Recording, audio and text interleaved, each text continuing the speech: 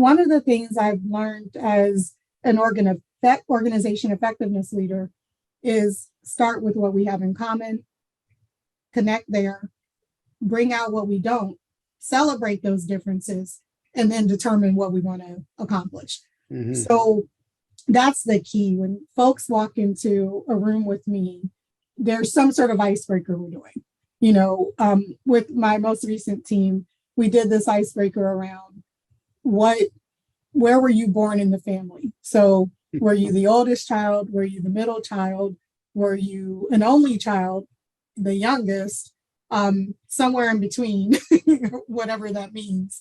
Because my theory was everyone that's an adult has been a child. We have that in common. Differences may be where we fell in the family. And so we have conversations like that.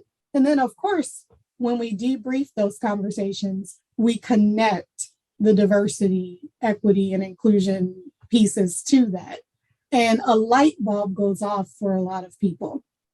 So like I said, start with what you have in common, because if you don't, people will always try to show how they're different.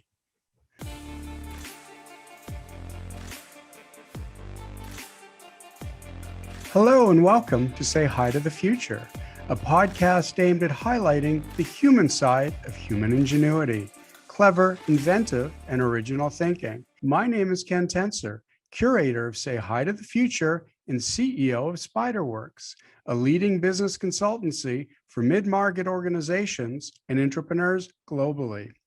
With me today is Sherrice Thomas. She is currently the VP, Diversity, Equity, Inclusion, and Access at the Columbus Chamber of Commerce, where she's focused on equipping chamber members to take their DEIA practices to the next level. Prior to joining the chamber, she was with NiSource, one of the largest fully regulated utility companies in the United States. Sherrice served as a director of change management, leading the design and execution of innovative stakeholder engagement strategies with a keen focus on data analytics. She also led the Professional Development Committee for LEAD, the company's African American Employee Resource Group. Like this video if you enjoy our show and subscribe to our channel. Leave us a comment with who we should interview next. Thank you for tuning in, and I hope you enjoy the show. Hi, Sherrice, and welcome to Say Hi to the Future. Hello. Thanks for having me. So it's a great pleasure. And, I've looked over some of your accomplishments, and you really like to tackle the big issues, the big parts in your career. I mean, I look even back to nationwide and organizational effectiveness across 30,000 employees. What attracts you to those types of roles where change and effectiveness and making a difference is so critical? Well, thanks for asking that question. The first thing I would say that interests me in those types of roles is what seems to be impossible, you can actually make possible. And I believe that when you've worked out in the field with some of the jobs that I've done, that you see changes, no matter what type they are, whether they're about diversity, whether they're about a system, whether they're about a process. You see changes brought out to folks who are actually doing the job. And I've been that person before. And I always jumped in and said, hey, we can make this change work if we do these things. You have to involve people. You have to get their opinion about it. You have to show them how you're going to break down their barriers. And I did not realize that that was a thing. That's just how I think. I didn't realize there was a profession that would bring those things to light and actually give me words to put to it and a process and all of that. So just being interested in making sure changes actually happen and that they don't, end up being the 5 minutes of glory and we never see the benefit. That's what brings me to the complicated roles. Well, I love what you just said. And I mean, we talk about savage curiosity. It's one of the values of the show. It's one of my values. which probably makes sense. When you talk though about, making those changes and making them sticky, if you will, crunchy, how did you, I mean, before you knew it was a profession, how did you really get through to people? What were some of those breakthrough questions or moments where you realized that, wow, I've got to break down these barriers, and here are 2 or 3 examples of how I can do it? So I think relationships are key. And I'm a firm believer that you build relationships before you need them. And not because you want something out of them, because it's the right thing to do. We all want human connection. So when you build relationships with people and you understand some of the challenges they're experiencing, you're understanding what makes them successful, and then you translate that all into a job setting. And when something comes up and you're the person that brings it to the table, or people know that you're kind of behind the scenes coaching and giving advice, they trust it more. So that stands out to me, and that's really important. And that has been my experience.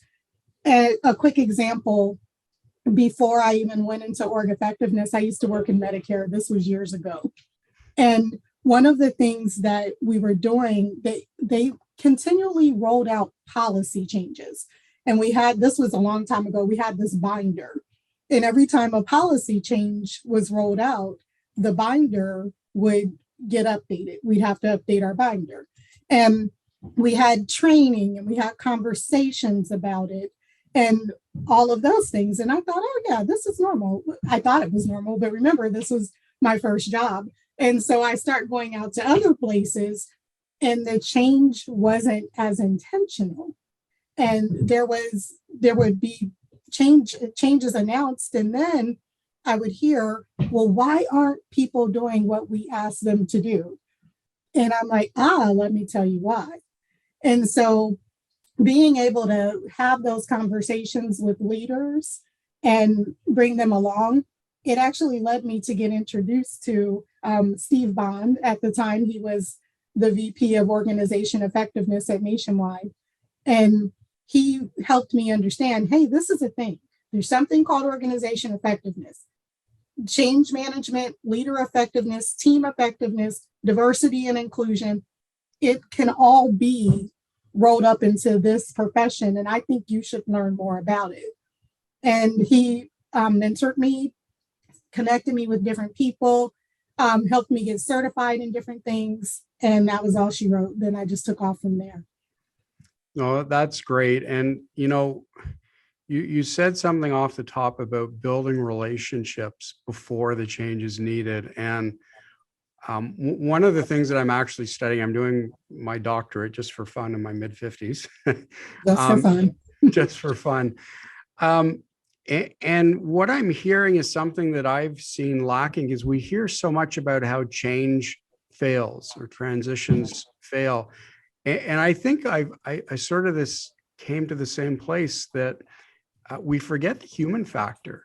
We think of it as just a goal, as just a place to go and just a process to follow, but we don't think about the lives that we're impacting. Yes. And that's the thing. And people know that. People know that a process or a system or what have you, maybe even a behavioral change, when people haven't thought about it or they're not doing it from the vantage point of the end user, people know that. And that's where the walls of resistance build up and people don't want to make the change. And I'll give you an example. There, in the diversity, equity, inclusion, and access world, there's a conversation about where does the white male who's 35 and I forgot the age group, but where does this particular group of white males fit in?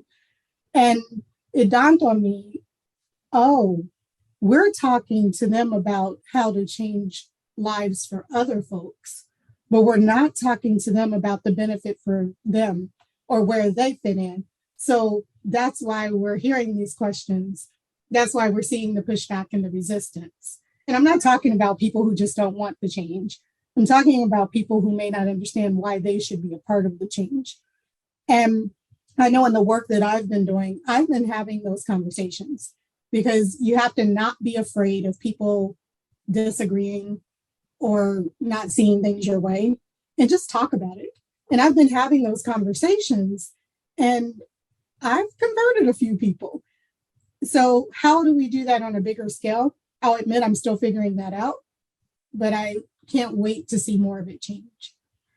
No, that's great. And again, it's a human factor. It's a conversations and it's funny because it's no different than, when we go into an innovation session. I hate cold ideation. I love to get to know the people prior. I love to make them feel at ease. And I think that that's really what you're talking about is how do you make people comfortable with, well, I guess with being uncomfortable, because change, transformation, there's certainly an uncomfortable element to it. I agree. And when you think about the basics, I mean, we can throw all the change models out the window and go back to human psychology and Maslow's hierarchy of needs. And if those needs are not addressed, I don't care if you're trying to get more diversity in your workforce, if you're trying to have more inclusion in your workplace, getting more involved in the community with like nonprofits who are diverse, or diversifying your customer and supplier base. Those are things that we want to change in my profession. However, you can't change them without building relationship and understanding all that goes behind it. Right. And so how do you follow that through the process? I mean, there's making that initial contact, building that initial trust, but change can happen over weeks, months, years. How do you keep people engaged in that relationship, if you will? So if you're in a work environment, it's pretty easy because it's natural. It's not natural to some people, and that's what makes it hard.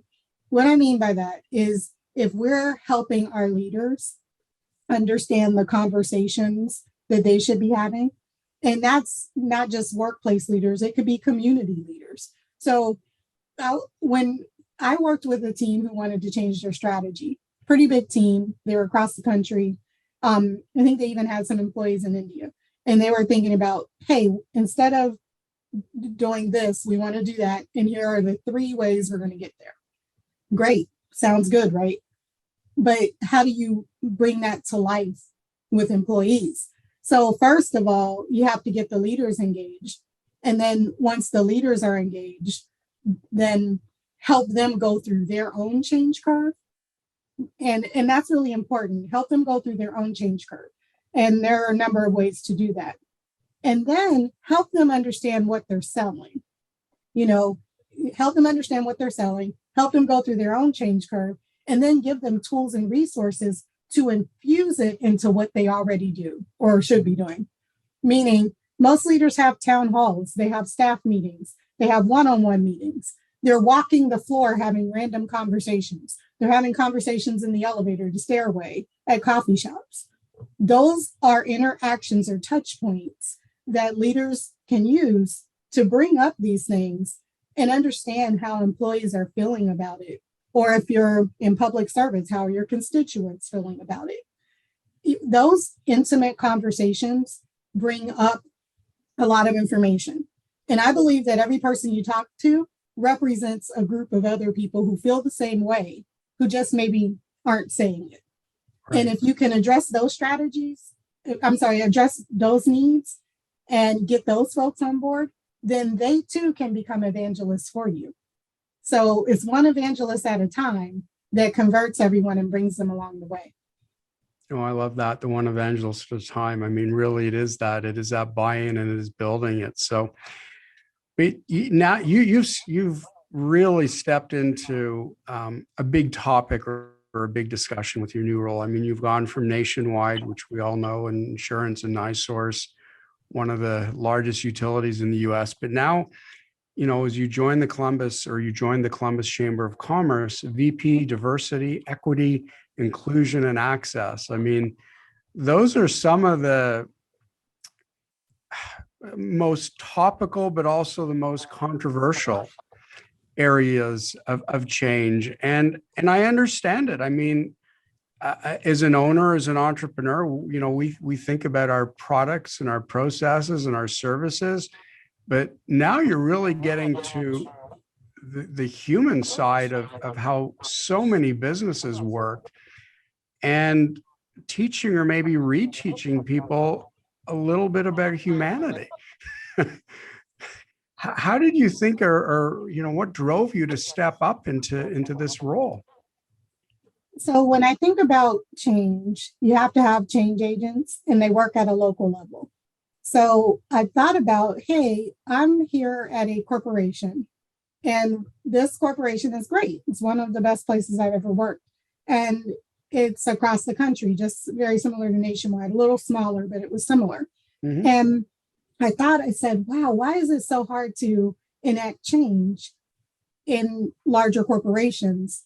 And it's because you have to get all of the local areas on board. So one thing I loved about the Chamber of Commerce is that it was local. I live in Groveport, which is a suburb of Columbus, but I'm in Columbus every day. And a lot of my family members live there.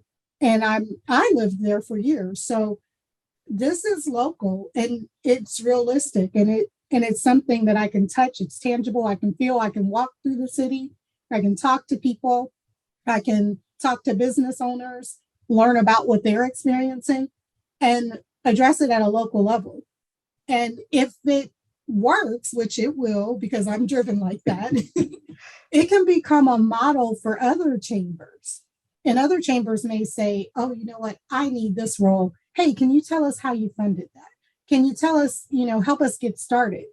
And if we can utilize chambers of commerce as a way to partner with local agencies, government, other businesses to make a change, then I want to be a part of that. So that's why I signed up for it. Okay. That's a great reason. And I know it's early days, but I love that, it starts again with getting out there and walking and talking and building those relationships.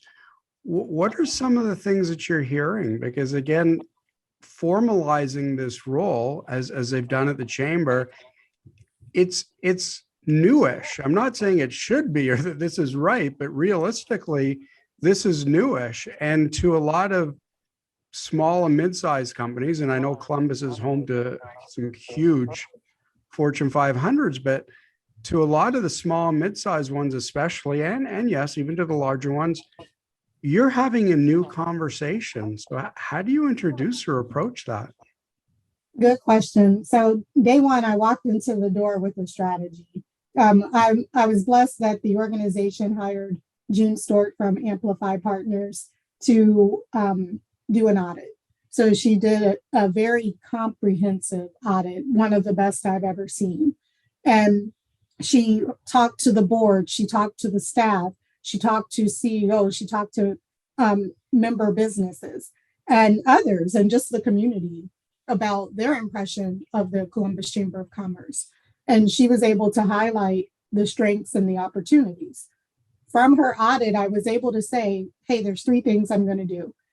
When I walk in the door, I want to start establishing a center of excellence for diversity, equity, inclusion, and access.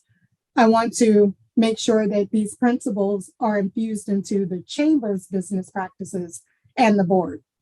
And I want to make sure that we all work together to establish a supplier diversity accelerator hub. So I walked into the door with that, got the leadership and the chamber members the leadership and the staff on board. And then we started working with the board to get everyone on board. Mm-hmm. And from there, when you have that type of support, I started socializing the strategy with a number of the members, and they're jumping on board. And so what are some of the challenges I'm hearing? One, hey, I only have 5 employees. Our workforce is already diverse. Or what can I do with you if I'm a diverse business owner? Do I need diversity, equity, inclusion, and access in my business? I'm also hearing, hey, I got certified with the state as a diverse supplier, and I've yet to get a contract. How do you help me with that? And the main thing I'm hearing, I already stated it earlier in our conversation, is, hey, I'm a white guy, I'm this age. How does this apply to me? So those are the things I'm hearing, and those are the conversations I'm having. And I believe my goal is to get everyone I've had a conversation with on board, and each one of those folks to share a testimony, a public testimony, whether that's in writing, whether that's at a public event, what have you. And I believe that storytelling and success is what's going to get us on board to get more and more people interested in infusing diversity, equity, inclusion, and access into their business practices. Right. And, it's funny. I mean, because people see it as more cause related or causal, if you will, and human rights. And it's all of those things, obviously. But just from a fundamental business perspective, and again, I've been an entrepreneur and innovator for 27 out of my 35 years. I've in business, I've been in my own, and having people in the room, individuals in the room from different backgrounds, ages, colors, religions, beliefs, whatever, the full list is, those are all different perspectives.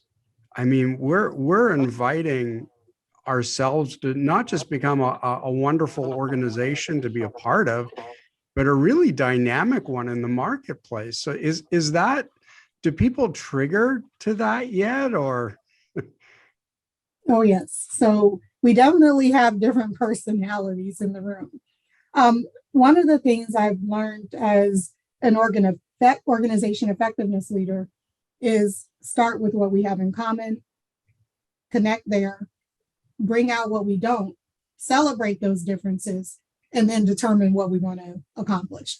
Mm-hmm. So that's the key. When folks walk into a room with me, there's some sort of icebreaker we're doing. With my most recent team, we did this icebreaker around where were you born in the family? So were you the oldest child? Were you the middle child? Were you an only child, the youngest, somewhere in between, whatever that means? Because my theory was everyone that's an adult has been a child. We have that in common. Differences may be where we fell in the family. And so we have conversations like that. And then, of course, when we debrief those conversations, we connect the diversity, equity, and inclusion pieces to that. And a light bulb goes off for a lot of people. So like I said, start with what you have in common, because if you don't, people will always try to show how they're different. I think you might have the greatest instincts of anybody I've spoken to in this field. When just who you are, and it comes out, you exude it in terms of getting to know people, as you just said, for them to understand themselves relative to, members of the family, again, just understanding where they lie in the differences. I think it's phenomenal. It's so simple, and that's what I love about it. We always look for these huge, complex ways of going about things, but having a conversation, understanding what we all know or have in common, what a great place to start. Yeah, you start there, and then you turn it into business.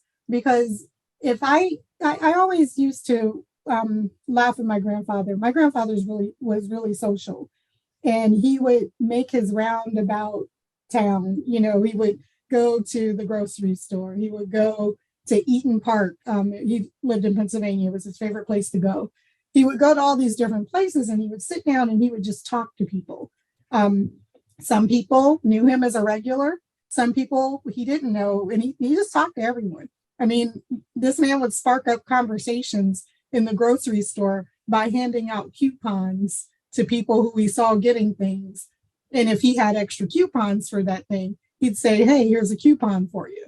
And I used to get so upset because I would say, okay, I agreed to go to the store with you. I didn't agree to go to all these places and talk to all of these people.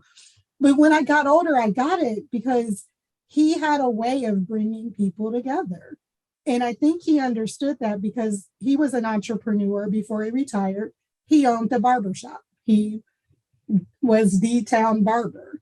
And the barbershop was right across the way from the railroad station, which back then, that's how a lot of people traveled, Sure. and right next door to the local bar.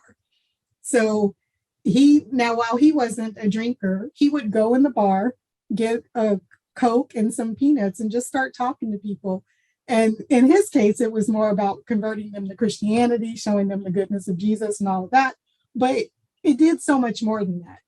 It showed people that someone cared. And so then when there were disputes in the community or problems, and he showed up, he could bring people together. I didn't get that until I was older, but I'm like, I want to do that. I want to be able to bring people together. And the only way you can do that is through building relationships and walking people through a way out of the problem that they see ahead. What a wonderful role model as you tell the story. And I mean, I think like all of us, we don't quite understand in the moment, especially as children, what we're learning, but it's amazing that you've been able to remember that and bring that into everything that you do. So now that you've stepped from what I'll call pure business to the chamber world, where you really are, you're at the center or the core of all business, and you're working with this incredible cause and this incredible need for all of us. What's the end goal? What's the vision? And how do you think you get there?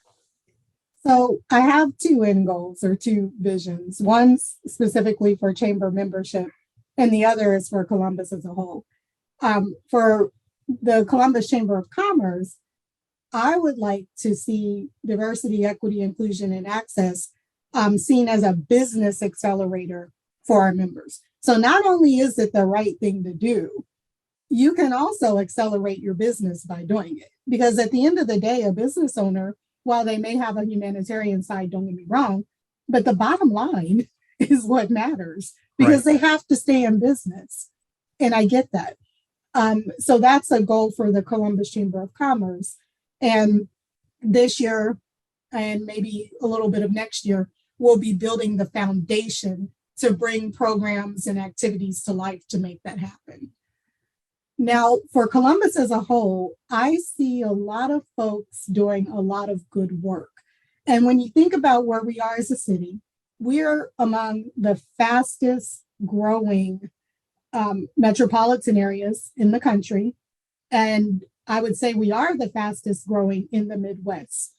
When you look at our population in Central Ohio, I would say that about 42% is non-white, okay? And each year that's creeping up. And especially with people, Jobs Ohio is doing a great job of bringing businesses to us. So we see this great migration of people moving from the East Coast and the West Coast, and they're coming inland, right? And they're moving to places like Columbus because great supply chain, great logistics. I can go on and on because I love it here. So when you think about the population, you think about where we're going, you think about the new folks we're attracting. And that's just, I've only mentioned the racial and ethnic minorities or the people who are migrating. There's also new Americans. There's also disabled folks. There are people who have been incarcerated who are looking for a second chance. And there's recent graduates. And before we would focus on college, but we should also focus on high school because we need to get more people in the trades. So my coworker, Kelly Fuller, is focused on those talent pipelines. I'm focused on the racial and minority talent pipelines. We come together and it's beautiful. And so what we would like to see is more of those practices in businesses across Columbus. We would like to see more of those businesses connecting with the nonprofit agencies who tend to service diverse communities. and getting out there and supporting them financially. We also want, of course, our positions are funded through the Chamber's Foundation. So we want to be able to grow. We also ask our businesses to support us financially. If you're supporting the groups financially who have time to make the city a better place, in addition to all of the great businesses that we're experiencing and that are being brought here, then I think you have a great recipe to influence legislation that will benefit members of diverse communities. You have a great recipe to just make this city not a melting pot. We don't want assimilation. We want a salad. Everyone gets to keep their customs, their culture, who they are, and make sure they're finding a way to contribute to the larger society. I like that, the salad, because we really are mixed together. And I think, I have 3 kids and 3 stepkids are all in their 20s. And I see a generation that is growing up in a more diverse population. As you say, I'm in Canada right now, so new Americans, new Canadians, take your pick, different ethnicities and religious or sexual, directions. I'm really hoping, and you had mentioned colleges and high schools, and I'm really hoping that we're working with a generation that's already maybe a little bit more open or accepting or understanding of the notion of diversity and the fact it's not just color or race or religion. It goes across so many different areas. Is that something you're seeing or your colleague is seeing? Is that a hope we all share?